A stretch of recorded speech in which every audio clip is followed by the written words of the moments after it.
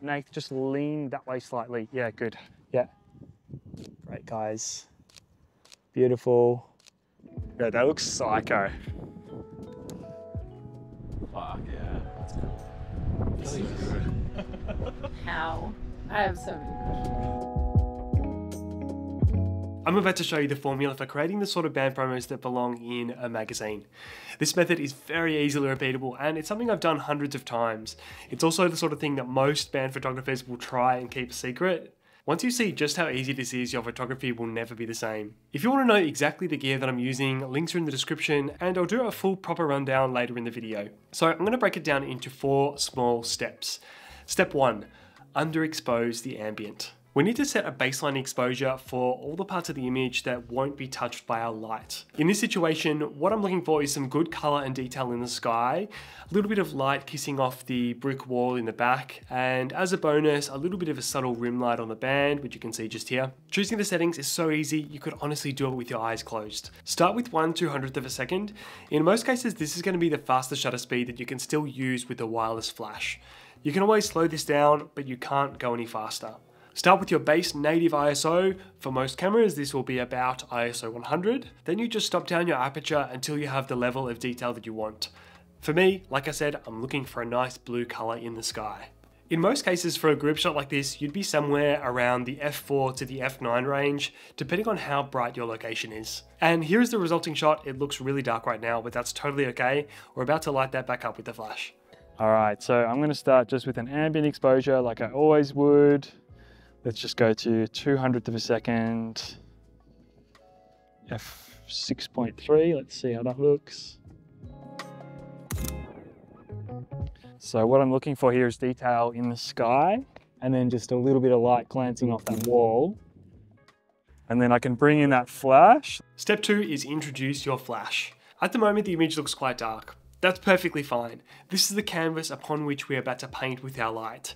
We are keeping it really simple with this setup. I've got a single flash shot through an umbrella 45 degrees up and over our band. The reason we do this is because it's going to be the easiest way to make sure our light is actually hitting the face of each of our band members relatively equally.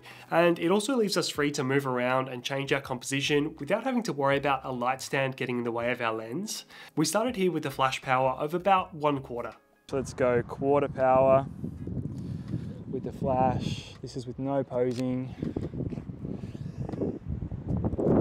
That was a pretty killer first shot. All right, ready guys, look here for a sec, everyone. 3, 2, 1, good. Cool. Step 3, pose and compose your shot. Here's where you take a few frames and really start to carve out what your final image is going to look like. I like to start with the front person, find the side of their face that they like, and then work in the rest of the band around them layer by layer. We don't want to be too symmetrical, but we are looking for some good balance here. A slight rotation of the shoulders or turn of the head can make a big difference.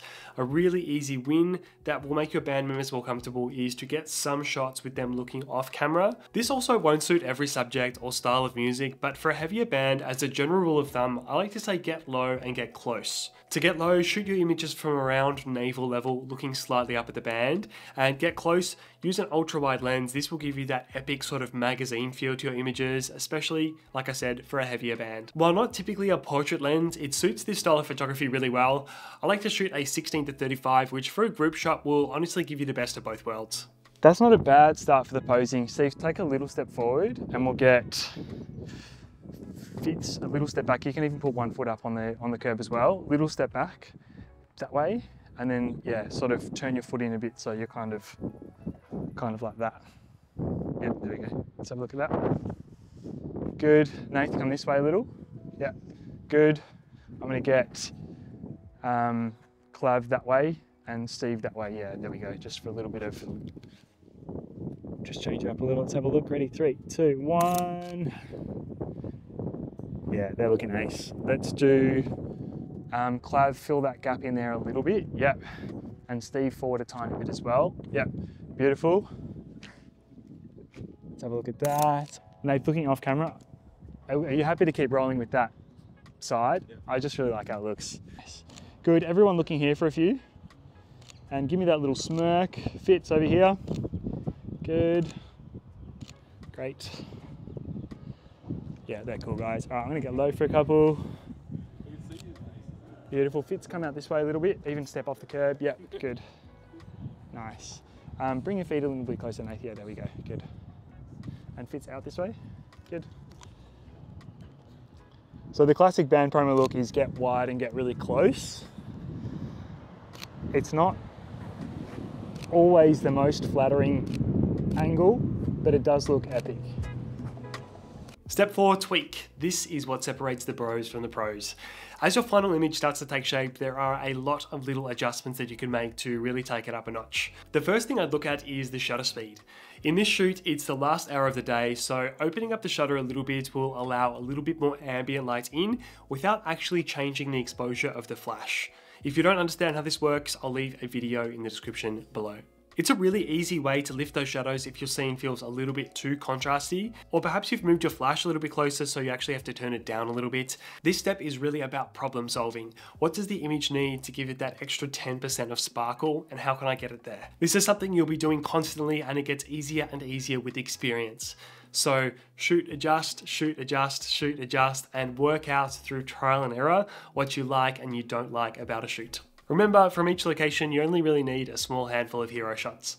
Cool. All right, I'm gonna open up the shutter a bit to 100th of a second, because then I can get more ambient, and it doesn't affect this flash exposure at all. All right, so look in here, guys, and not a smile, but just a little, yeah, just a little cheeky bugger. Ready, 3, 2, 1. Good, guys. Beautiful. Nate, looking that way again. Yep. All right, let's go serious. Let's go serious. Start. Can the smiles. Can the smiles. Great, guys. Beautiful. Nice. Just a little shift in between everyone. Good. You two boys come out this way a little. Steve, turn in that way a bit more. This way, this way. Yep, good. Nice, bring the foot around. Good. A few more shots. 3, 2, 1. 2, 2, 1. 1, 2, 1. We're all done. Good job. Hell yeah. Thanks so much. Cheers. Appreciate it. Let's talk about gear really quickly. This is an absolute bare bones setup, literally as simple as it gets. But before I run you through what I used on this shoot, I just wanted to say I have a 100% free ebook available with photos and in-depth descriptions showing you exactly what you need to shoot killer band promos, even if you're on a really tight budget. It's like 30 pages long, and it goes really deep into what you need and how to upgrade your kit too. The link is in the description. Pop your email in and I'll send it right over.